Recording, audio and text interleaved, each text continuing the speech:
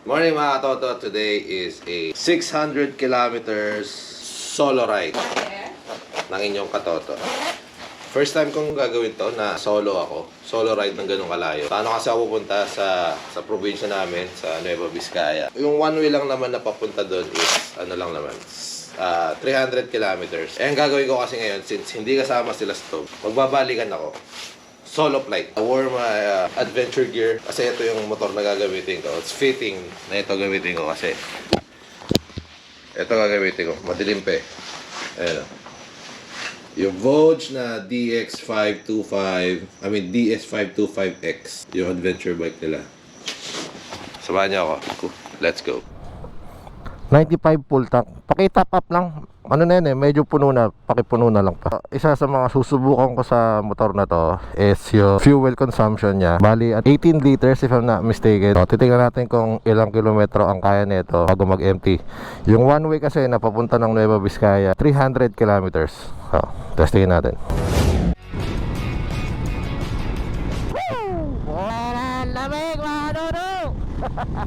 Dito na ako sa dulo ng SCTEX mga katoto. Uy, ito ka na rin. Ito sa Tarlac. Di ko na kinunan yung LX saka itong SCTEX. Lagi na nakikita. Very surprisingly I was impressed by this bike. Kasi nung una ko sinakyan to, di ang gaan. Yung pagkagaan niya, hindi ko alam kung dahil 5'11 ba ako, dahil flat foot ako dito, kaya mukhang magaan sa akin yung bike. But nonetheless, para sa akin magaan yung itong adventure bike na to. And ano nangyari? So, gawa ng magaan siya. So, ang unang impression ko, pag sa high speed na, is hindi magiging stable yung motor. Ewan ko kung ba't yun ang unang pumasok sa isip ko. Magwawobble siya, yung manibela niya. Pero, nung nasa NLEX ako, average speed ko kasi mga 130, 135. Marami kasi sasakyan kanina. So, nung pagpasok ko dito sa SCTEX, medyo maluwag-luwag na. O, ang naging average speed ko is 140, 145. Tapos, sinubukan ko todo. Well, I don't think that's the right word. But, I reached 160, 165, something like that. And to my surprise, the bike was really stable. Hindi siya hinahangin or what na. Ang tanging comment ko lang is the windshield could be higher a bit or mas malaki. Pero nagulat din ako dito since itong kasi itong visor na to is walang mechanism para mano-manong iaangat, ibababa. Ito lang umahawak din eh. Ay, nagagano lang So, tumatakbo ako. Akala ko gagano niya, papalo-palo yan. Pero hindi siya gumagalaw or whatsoever. Very, very well done on this bike. Nag-on ako ng Oxlite kasi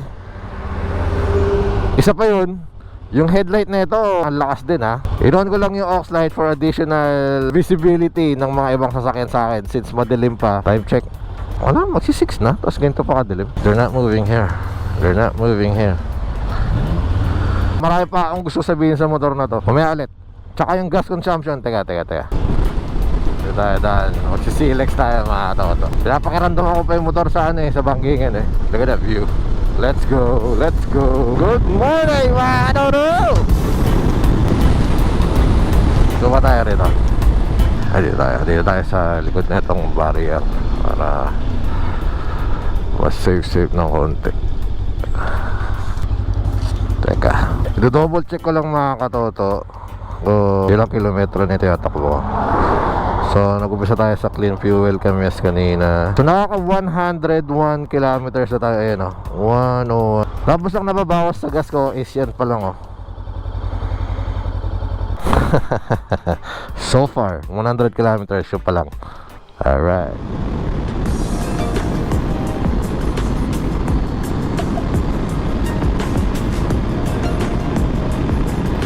Fourth gear, fifth gear,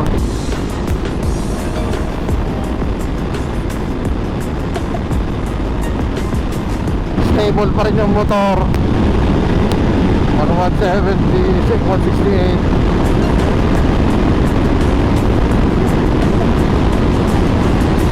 Sixth gear.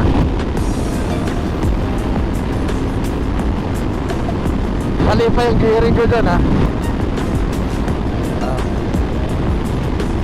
gaano ka stable yung motor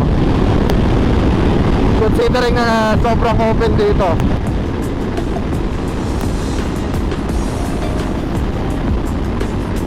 Diba? Ayun na, nagbukas pa na isang bar. Pero pala, palyagan na pala ako. Alright, update ulit mamaya mga Toto. Update mga Toto. Lalabas ko lang ng balok. Pamunyos na. Hindi ko lang naorasan kung ilang minutes ko na kinuha yun from Silex to dito. Hindi na kagandahan sa umaga eh. Ang kalaban mo lang talaga sa umaga, tumatawid na aso. Pero so far, doon kasi sa dinaanan ko mga Toto, merong part doon na kalsada. First time ko lang kasi dumaan ng ano doon eh. Well, hindi ko naman first time. Pag dumadaan kasi ako doon pag nakasasakyan, alam niyo yung sementado siya pero bako-bako siya na talagang mararamdaman mo na hindi pulido yung pag-aagawa ng kalsada. Na-impress ako. Ay! Sabi ng beer niyan. Na-impress ako sa suspension na ito. Very close siya doon sa adventure bike ko. Yun na lang. Talaga gulat na gulat ako kanina eh. I'm like, what? Bakit ganun? Ba't ganun yung suspension mo? My goodness. Pati na tayo sa Science City of Muñoz. Ngayon lang ulit ako nakapag-motor na pauwi ng Vizcaya mga Toto. I think yung huli, kailan ba yung huli? I think kasama kong mixed nuts noon or something, if I'm not mistaken. Kaya very hesitant si Lastog na payagan akong mag-ride na mag-isa. Pagdating sa Bambang, may gagawin lang ako. And then hopefully by lunchtime, makabiyahe na ako pabalik na Manila. Kasi promise ko kay Lastog, tabi kaming matutulog mamayang gabi. Let's go for the views.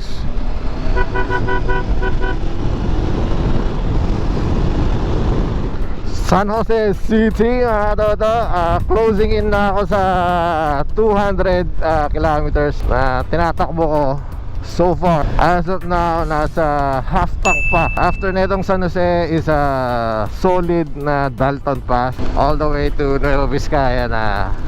So I guess that's another 100. Siguro may mga 14 kilometers pa. And then yun na, hit ko na yung 200. Okay naman yung pacing ko so far. Marami lang makukulit na tricycle. Nakakailan kasi yung mga yung mga nagmumotor dito na walang helmet. Tapos feeling ko hindi sila gumagamit. Hindi ko naman feeling. Talaga hindi sila gumagamit ng side mirror. So ikaw na lang dapat ang kailangan mag-adjust. Comfort check. Okay naman yung upuan na ito. It's not one of the best, pero okay na siya. Comfort level ko when it comes to adventure bike kasi is mataas eh. Well, hindi ko na as much as possible, ayoko naman ikumpara to dun sa adventure bike ko kasi hindi naman dapat nag-kumpara eh, if you know what I mean. Pero yeah, so far I'll give the comfort of the seat about solid 7. Riding position wise is a typical adventure bike. Okay naman siya. Though na-mention ko na to, manibela nga lang niya, masyadong makitid para sa akin when it comes to adventure bike. Nasanay kasi ako sa parang nandito yata. Solid experience so far. So sana ganito pa ako ka-energetic pag uwi mamaya. Lamig kasi! Alright, mamaya ulit. Pabundok na ako. This is where the fun really starts. Banking! Let's go for the views. Eh tama to, na-hit ko na yung 200 kilometers dito sa spot na to. So far, okay naman yung gas. Galing ah. I like it. Pero sa bangkingan, kinakapa ako pa tong motor. Di kasi ako sanay sa gulong na nakalagay dito eh.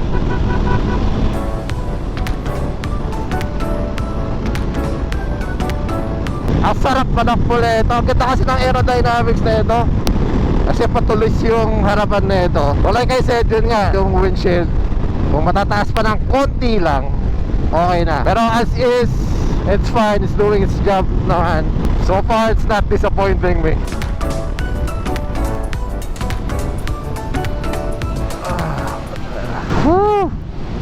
Pwede pala tumayo.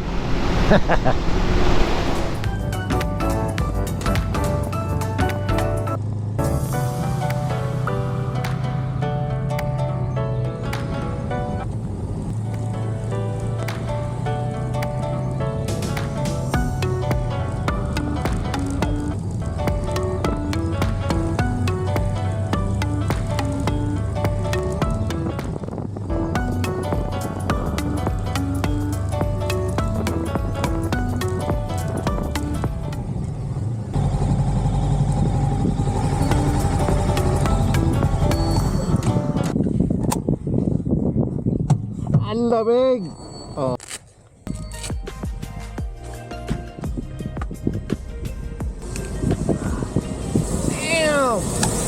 Let's go!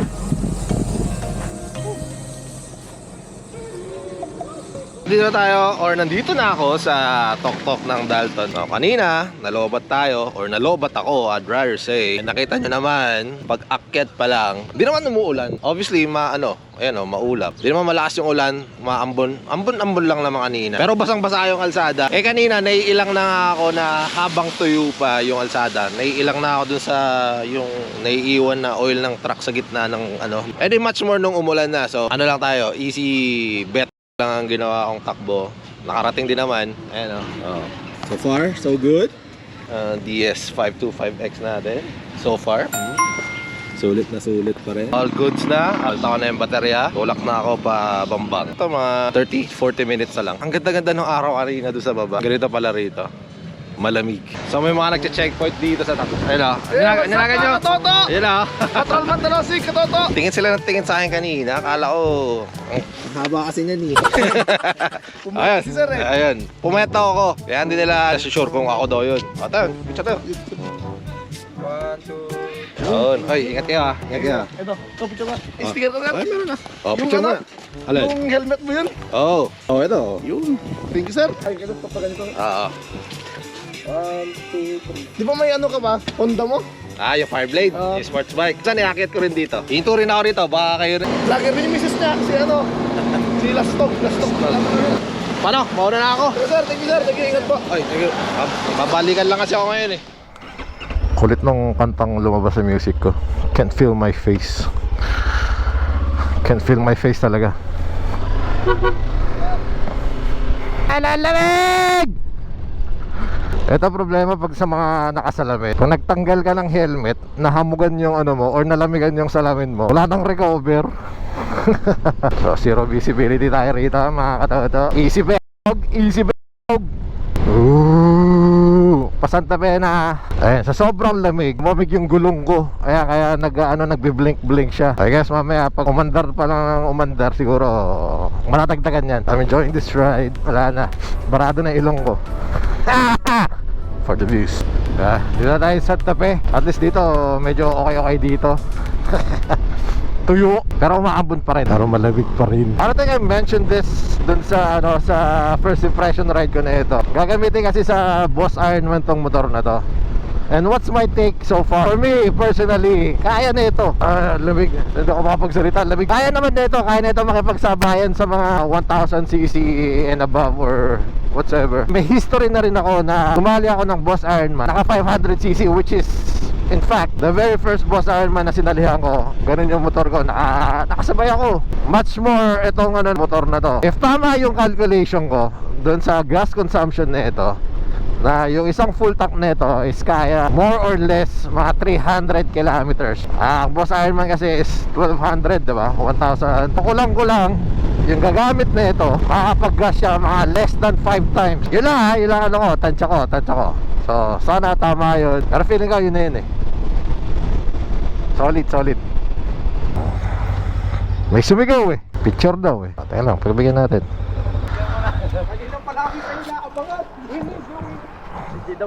Kayo ba yung kasama nakamotor kanina?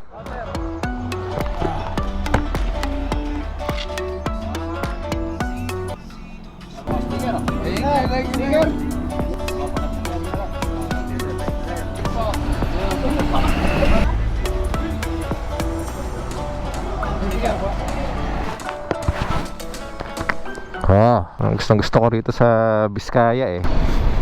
Hoy, we made it! Or I made it!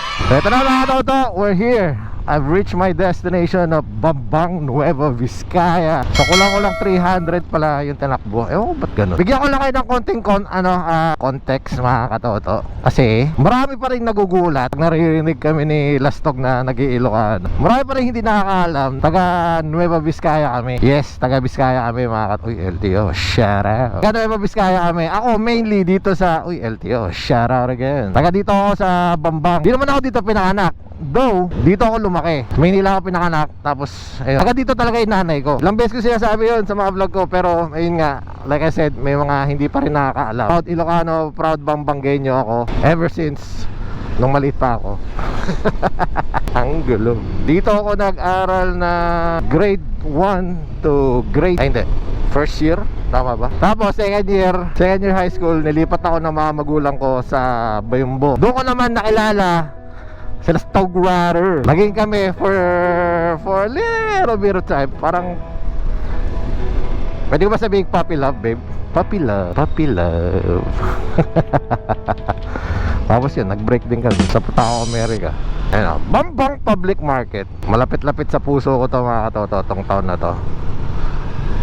Kaya lang, yun lang, nasabi ko lang. So dito ang aking final destination, mga katoto. And I'll be back a little bit later at ipapakita ko sa inyo kung ano talaga gagawin ko. Ba't ako nandito? You know what I'm saying? Alright.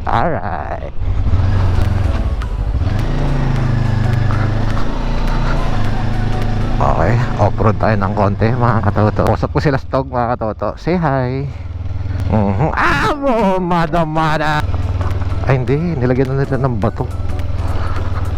That's good. Hindi na siya purong putek. Ay hindi, maputek pa rin. So, mga katoto, the reason why na nandito ako, bibisitahin ko yung tito ko na matagal ko nang hindi nakikita. Alright. Kakain lang ako rito, breakfast. Tapos, uy, pataw na mo ka. May bato. Breakfast lang ako rito. Sabi nga nila Stog mas mapapagod daw ako sa pag-akyat dito. I'll see you. Dito ako sa munting paraiso ng aking tiyuhe. Fun fact, etong sabi kong hihingaling ka, itong hagdanan na to. Kung nakatira pa lang kami sa Solanan ni Lastog, pupunta kami rito. Dito kami nag-exercise. Kasi itong hagdanan na to, pag akyat mo sa taas, parang nasa lakit ka na. Let's go visit my uncle. Ito yung tiyuhin ko na kapatid ng aking mudra. Sakto naman kasi, napahiram sa akin ng Bodge yung motor na yun. Yun, sakto. Pumunta na ako rito. Ayan gano'ng kataas yun. And there's more. Hindi pa doon nagtatapos yan. Tara. Let's go. Woo! So yun, nandito tayo sa, ano ba tawag dito? Cabin ba? Hindi naman cabin to Ayan. Magkakape muna. Ito pala sa Ate Majing, ang lifetime, long time na yaya naming lahat. Mag-hi ka Ate Majing. Hello. Kakape. And then, wala naman palang pagkain. So okay lang kasi ayan, may kape na tayo. Courtesy of... Ay pala yung tito ko, mga katoto. Ayun o, bis na. Ayun o, ito pala yung nanay ko na... Ayun yung kuya niya. So, ito lang kakainin ko. Hirap kasing kumain ng tawag dito. Heavy meal, biyahe pa pa uwi. Itong pinaka-ayoko rito. Pupunta ako rito. Pansin yung tenga ko. Lagi akong kinakagat dito. Every time. Paborito ako ng... Ewan ko rin kumakagat dito. I can say surot, pero hindi. Parang insekto siya, na hindi mo makikita. Sobrang liit. Maramdaman mo na lang. Malaki na tenga mo. So kung sabi ko daw kakain, kasi baka antokin ako. Nakita ko, solid yung pagkain. Dinuguan, adobong pato ba to? Tapos igado. Good luck. Kailangan natin ng body warm. Palang yata ang gamot sa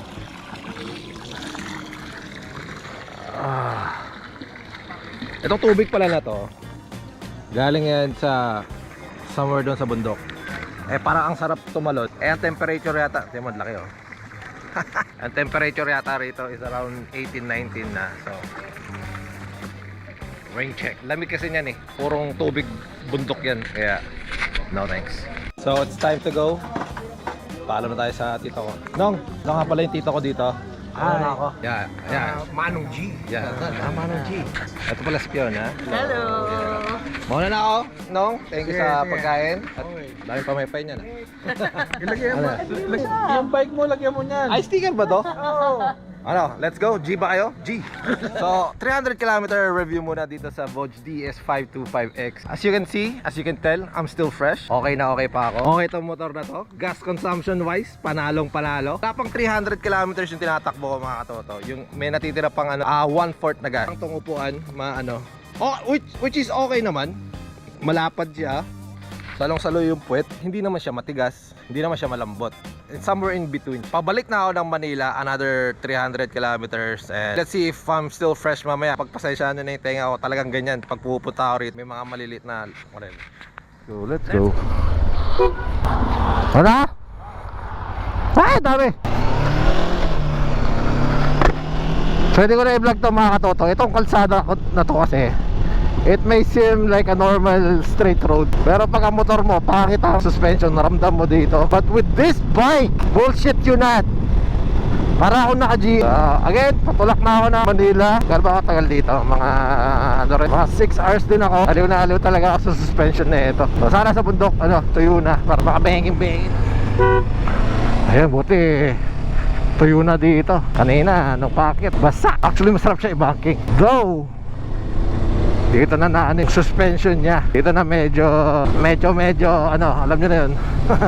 Matalbog. Though, manageable naman. Pero, yun nga lang, kung maselang ka sa suspension, pagdating sa bankingan, mapapansin mo. Hindi naman ako maselan, simple observation lang. Ganito ang nakaspalto na, masarap. Kanina malamig lang, mainit na. So malapit na sa mga katoto, pambihira yung dinanas ko na yun. Basta hapon na lang naku po, pambihira yung traffic na yan. So malapit na tayo dun sa Balok mga katoto, kung saan tayo lumabas kanina from Aliaga. Meron kaming laging, or it's a tradition sa amin ni Lastog, na lagi kaming hihinto dito, somewhere here or anywhere here, para kumain ng turon. And then iinom ng buko. Tsaka hindi pa ako humihinto since umalis ako ng Bambang. And kailangan ko magpahinga ng kaunti. At ako yung na-drain kanina doon sa traffic. Dalawang gulay. Yung gulay, dalawa. So let's eat. Pala itsura ng bag ko, no? Gago. Ay, sa last na go. Let's go. And I'm here. Papakita ko sa kanya.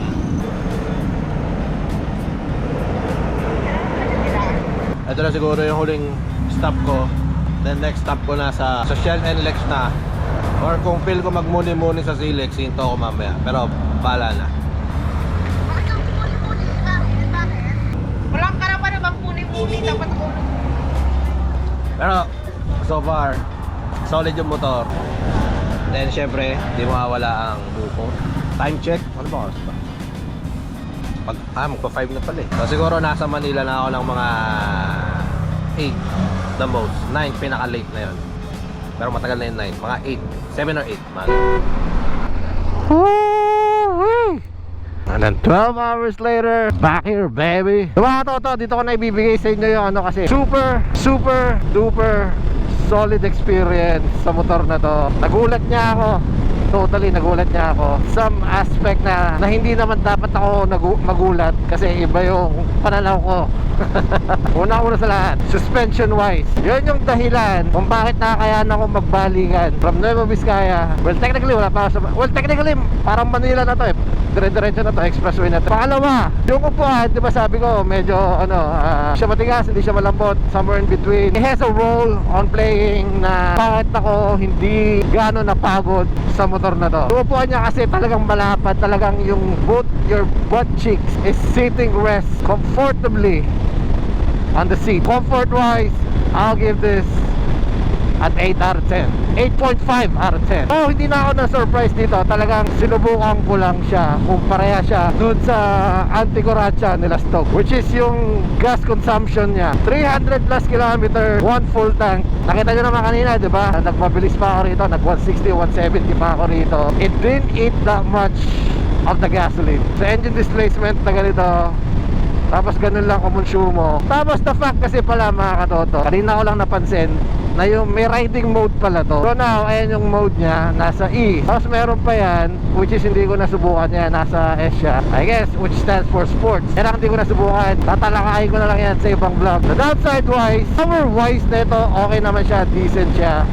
Pero sa mga isang matagal na nagmumotor like myself, na nakatry na ng mga higher engine displacement, kumbaga yung power na gusto ko, I know na 500cc lang to, and if you're coming from a 1000 then trying this bike, there's nothing wrong with that. Pero i-anticipate nyo na ganon ang mangyayari, na alam nasa straightaway kayong ganito, agad dun lang siya talaga. Pero decent naman yung speed niya, di ba? Nakita nyo naman kanina. At isa pala sa mga gusto ko pa rito, high speed mahangin, stable ang motor. Pag tayo sa ano. Pangalawa, doon sa, wala na kasing ibang word sa downside eh. Yung suspension nito, talagang komportable, magandang maglaro to sa mga straight, sa mga lubak, ganyan. Pero when it comes to the banking, the twisties, dapat ang suspension mo pag twisties ka, tamang ano lang eh, tamang tigas lang siya, hindi yung sobrang lambot. So kanina, nung bumabanging na ako, may mga part talaga na when pakit yung kalsada, talaga tumatalbog eh whilst on the apex. Hindi ako komportable sa ganun. So pwede nyo naman i-adjust yung ano nito, yung load ng suspension.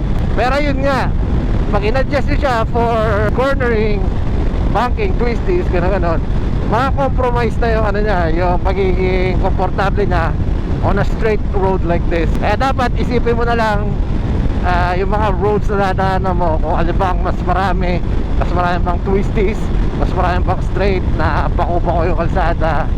Kumbaga doon mo na lang ibase yung tono ng suspension mo. Yung yung panel nito, kapag maliwanag na, mataas yung araw, wala ka nang makita. Well, may makikita ka pa naman, pero hindi siya kasing bright nito. Hindi kasi siya nagpapalit ng kulay eh. Saka steady betlog na lang siya sa itim na ganyan, which is pag itim na ganyan is perfect for dark environment, kagaya na itong oras na to, or kagaya kaninang madaling araw. Will I recommend this to you? Ang hirap sabihin eh, dapat pasubukan mo siya. Iba rin kasi yung pananaw ng isang matagal na nagra-ride kagaya ko, at saka isang baguhang rider. Sa mga baguhang rider, okay to. Basta nasa inyo yung yung height. I would suggest mga 5'9" yung pinaka minimum na matitiptoe nyo dito. Wala ko, 5'11" ako, talagang flat foot ako na naka-bend pa yung knees ko. So it varies. Kung ano ka naman, kung hindi ka pinagpala ng height, pero kabisado mo kung paano yung mag-switch leg kapag mataas yung motor, then go for this. This is by far the closest when it comes to comfort, when it comes to suspension on a straight. It comes close to that adventure bike that I have at home, which is the BMW GS. That is the closest thing this bike will ever be. That's a compliment, by the way. Yun lang mga toto, ang aking 600 kilometer journey on this motorcycle. First ever ride sa malayo, first ever test this Tuesday. Let's go, let's bring it back, Joe! Dito sa Vogue DS525X. Sabi ko sa Vogue, hindi ko nababalik to eh. Ayun lang mga toto, I hope you guys enjoyed this video. Gusto nyong matry, kasi ito yung demo unit nila, or may ibang demo unit sila, I'm not sure. Might as well go try it, decide yourself. Pero ako highly recommend ko tong bike na to. It's so fun, so fun. So mga toto, I'll see you guys on the next one. Babush!